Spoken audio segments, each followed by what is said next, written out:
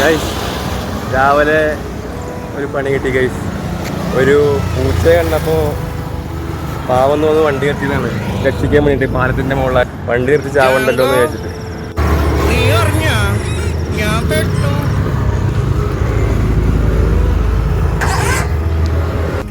പാലത്തിൻ്റെ മുകളിൽ ഒരു പൂച്ചയെ കണ്ടു ഗൈസ്.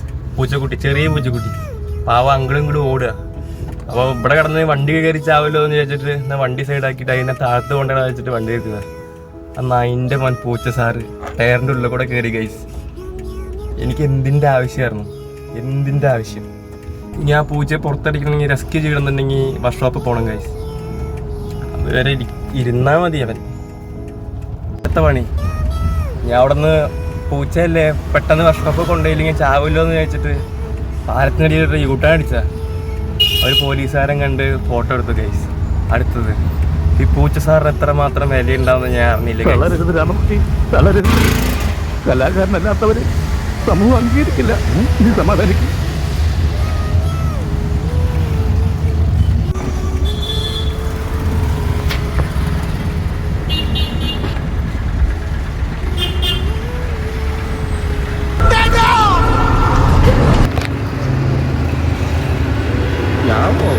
നിന്നോട് പോകാനല്ലേ പറഞ്ഞത്? ഞാൻ പോകില്ലെന്നൊന്നും നിന്ന് കിണക്കുന്നത് കണ്ടല്ലേ? അത് ചോദിക്കണേ.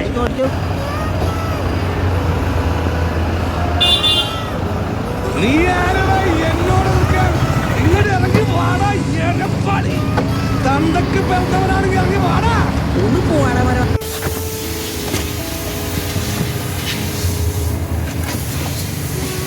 എടാ, പെണ്ണുങ്ങളെ പോലെ അകത്തൊളിച്ചിരിക്കാതെ ധൈര്യമായിട്ട് ആണുങ്ങളെ പോലെ പുറത്തിറങ്ങി വരായപ്പാ.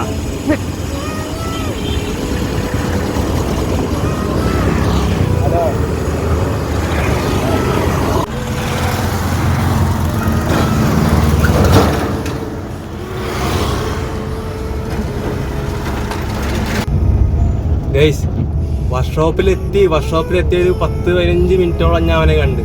അതിൻ്റെ വീഡിയോ എടുത്തുവെച്ച്. അത് കഴിഞ്ഞ് കുറച്ച് നേരം കഴിഞ്ഞപ്പോൾ അവനെ കാണാനില്ല. ആളെ വിളിക്കാൻ പോയ തക്കത്തിന് കുറച്ച് നേരം ആയപ്പോൾ എപ്പോൾ വരാന്ന് പറഞ്ഞിട്ട് നൈസായിട്ട് ചേട്ടൻ പോയായിരുന്നു. ആ ചേട്ടനെ വിളിക്കാൻ പോയ തക്കത്തിന് ഇവൻ ചാടിപ്പോയോ അതോ അവൻ ഇതിനുള്ളിൽ എവിടെ പാത്തിരിക്കണ്ടോ ഒന്നും അറിയില്ല. ഞങ്ങൾ എൻജിൻ സൈഡ് മൊത്തം തപ്പി, അരിച്ച് പിറക്കി തപ്പി നോക്കി, സാധനം കാണാനില്ല. അപ്പോൾ ഇറങ്ങി ഓടിയെന്ന് പ്രതീക്ഷിക്കുന്നു. ഇല്ലെന്നുണ്ടെങ്കിൽ അവൻ്റെ വിധി, പൂച്ച സാറിൻ്റെ നിയോഗം. അപ്പോൾ നമുക്ക് അതിന് ബാക്കി അപ്പം നോക്കാം ഗൈസ്. ബാലകൃഷ്ണ, ആഹാ ഒളിച്ചിക്കല്ലേ? അങ്ങനെ മുങ്ങാൻ നോക്കണ്ട കേട്ടോ. ആടാ നമുക്ക് നായിന്റെ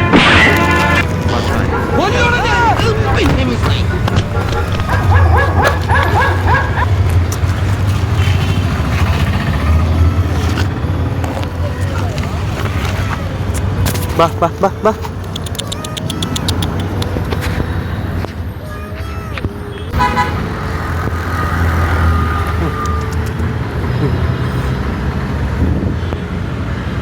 പിടിക്കവനെ. ഇന്ന് തിങ്കളാഴ്ച വെള്ളിയാഴ്ച